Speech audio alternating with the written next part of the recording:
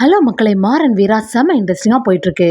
விஜயும் எப்படியாவது ராமச்சந்திரன் குடும்பத்தை பழி வாங்கணும்னு சொல்லிட்டு வீட்டை விட்டு ஒரு கட்டத்தில் வெளியில் அனுப்பிடுறாங்க. நம்ம ராமச்சந்திரனும் வள்ளியம்மை கிட்ட வேற வழியே இல்லை, நம்ம இப்போ இந்த வீட்டை விட்டு வெளியில் போயிடலான்னு சொல்லவும் வீராவும் அவங்க வீட்டுக்கு கூப்பிடுறாங்க. நம்ம மாறன், வீரா, ராமச்சந்திரன் எல்லாருமே சேர்ந்த மாதிரி நம்ம கண்மணி முத்துலட்சுமி இருக்கக்கூடிய வீட்டுக்கே போயிடுறாங்க.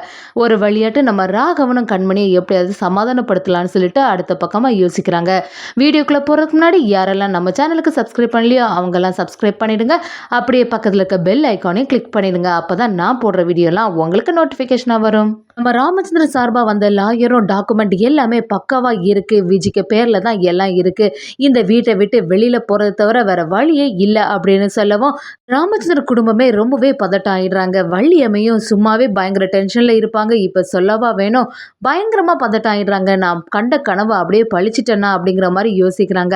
வள்ளியம்மையும் விஜய் கிட்ட வந்து, விஜய் உனக்கு என்ன வேணாலும் கேளாத, நாங்க தரதுக்கு ரெடியா இருக்கோம், இந்த வீட்டை மட்டும் விட்டுரு அப்படின்னு சொல்லவும் விஜயும் என்ன ரொம்ப சாதுவா பேசுற மாதிரி இருக்கு, இப்பதான் இதெல்லாம் தோணுதா, எனக்கு ஒன்றும் அந்த மாதிரிலாம் வேண்டாம் அப்படிங்கிற மாதிரி சொல்லவும் வள்ளியம்மையும் எவ்வளோ பணம்னாலும் கேளு, அதை தரோம் அப்படின்னு சொல்றாங்க. இதை கேட்ட விஜயும், இதுக்கா நான் இவ்வளோ நாளாக கஷ்டப்பட்டேன், பணம் வேணும்னா என்கிட்ட எல்லாமே இருக்கு, உங்க குடும்பத்தை அவமானப்படுத்தணும், அதே சமயத்தில் இந்த வீடையும் கைப்பற்றி நீங்க நடுத்தருவில் நிற்கணும், அந்த மாதிரி விஜய் யோசிக்கிறாங்க.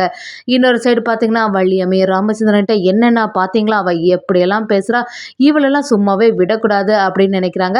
அதே சமயத்தில் இந்த பாவம் எல்லாம் உன்னை சும்மா விடாது அப்படின்னு விஜயை பார்த்து சொல்லவும் விஜயும், எத்தனை நாள் தான் நீங்கள் இதே மாதிரி சொல்லிட்டே இருக்கீங்க, என்ன நான் நல்லா தானே இருக்கேன் அப்படிங்கிற மாதிரி சொல்கிறாங்க.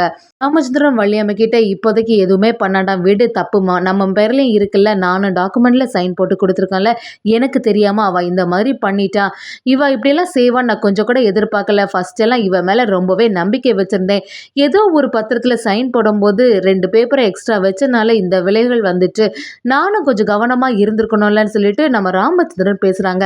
அதுக்கு வள்ளியம்மையும், நீ என்னென்ன பண்ணுவ, எல்லாத்துக்கும் காரணம் இந்த விஜய் தானே, அவள் தானே ஏமாற்றி வாங்கினா அப்படின்னு சொல்கிறாங்க. மாறனும் விஜய் கிட்ட இந்த வீட்டை விட்டு என்ன ஆனாலும் நான் போக போகிறதில்ல, ஒன்னால் ஆக முடிஞ்சதை பாரு அப்படிங்கிற மாதிரி எதிர்த்து பேசுகிறாங்க.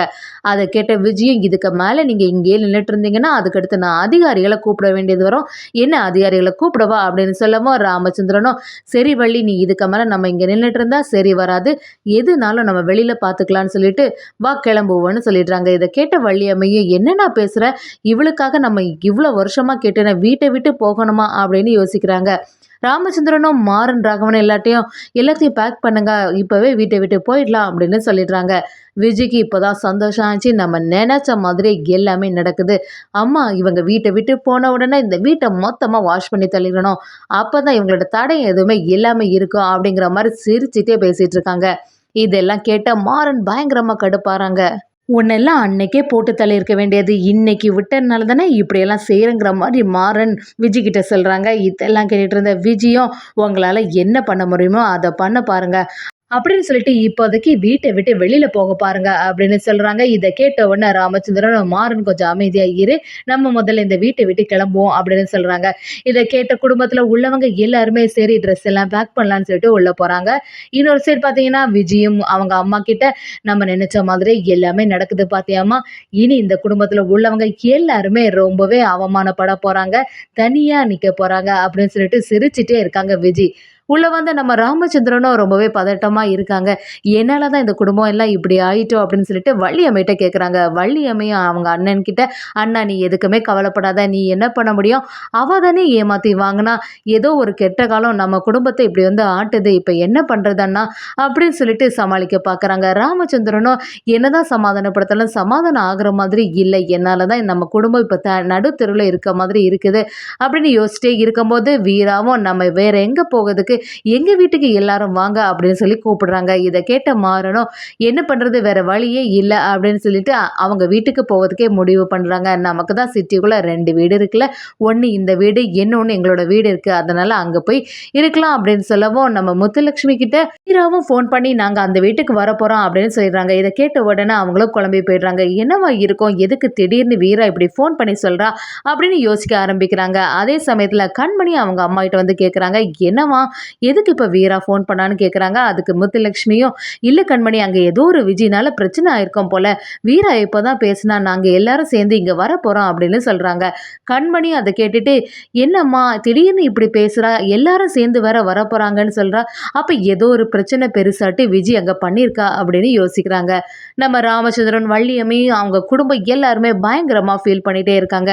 மாறனும் ராகவனும் அப்படியே சோகமாக இருந்துகிட்டே இருக்காங்க. இத்தனை வருஷமாக நம்ம கஷ்டப்பட்டு கெட்டின வீடு, நம்ம அப்பாவோட உழைப்பு இதில் எவ்வளவோ இருக்குது, ஒரு செகண்டில் இந்த விஜய் எல்லாத்தையும் அழிச்சிட்டாலே அப்படின்னு நினைக்கிறாங்க. நம்ம மாறனும் வீரா கிட்ட வந்து எப்படி இருந்தாலும் இந்த வீட்டை எப்படியாவது மீட்டெடுக்கணும் அப்படின்னு சொல்லிட்டு யோசிக்கிறாங்க. அதுக்கான வேலைகளை முதல்ல பார்க்க ஆரம்பிக்கணும்னு சொல்லவும், ராமச்சந்திரனும் சரி இப்போதைக்கு நம்ம இங்கேயே நின்றுட்டு இருந்தா இன்னும் இந்த விஜய் கிட்ட இருந்து அவமானப்பட வேண்டியதான், அதனால இப்போ வேற இடத்துக்கு போயிட்டு அதுக்கப்புறமா அடுத்ததை யோசிக்கலான்னு சொல்லி சமாதானப்படுத்தி விடுறாங்க. அப்படி இருந்துட்டு இருக்கும்போது எல்லாரும் கிளம்புறதுக்கு ஏன் இவ்வளோ நேரம் ஆகுது அப்படின்னு சொல்லி விஜய் அவங்க அம்மாவும் வெளியில இருந்து பார்த்துட்டே இருக்காங்க. இவ்வளோ நேரம் ஆகி எல்லாரும் வெளியில போகலை, ஒழுங்கு மரியாதை எல்லாரும் வெளியில போகணும்னு சொல்லிட்டு சொல்லவும், நம்ம ராமச்சந்திரன் குடும்பம் எல்லாருமே அப்படியே தயக்க மாட்டே வெளியில கிளம்புறாங்க.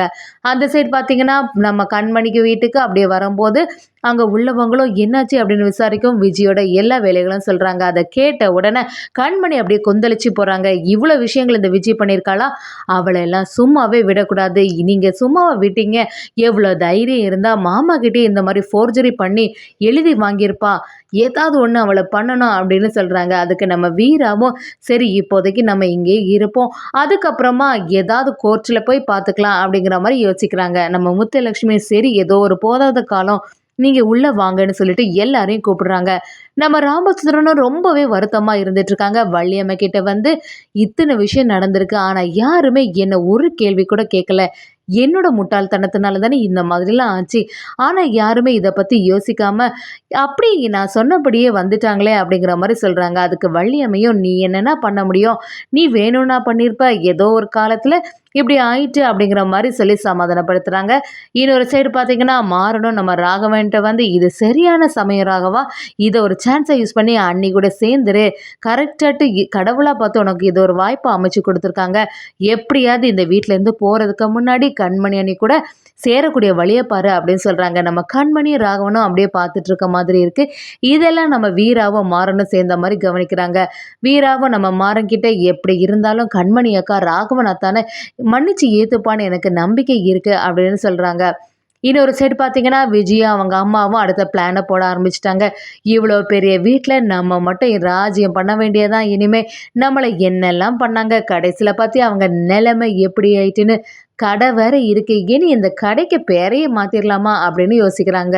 விஜயோட அம்மாவும் நீ இப்போதைக்கு ஏதாவது பண்ணினா அடுத்து அந்த மாறன் சும்மாவே இருக்க மாட்டான், திருப்பியும் அவன் வேலையை காட்ட ஆரம்பிச்சிடுவான், கொஞ்ச நாளைக்கு அமைதியாக இருக்கலாமே அப்படின்னு சொல்லவும், அப்படியெல்லாம் இருக்க முடியாதம்மா, கண்டிப்பாக கடை பேரை மாற்றணும், பேரை மாற்றினா தானே நம்ம சொத்துன்னு எல்லாருக்கும் தெரிய வரும் அப்படின்னு சொல்லவும், அவங்க அம்மாவும் நம்ம பேரை மாற்றினோன்னா அந்த கடையில் வியாபாரம் எல்லாம் நல்லபடியாக போகுமா அப்படிங்கிற மாதிரி சொல்கிறாங்க.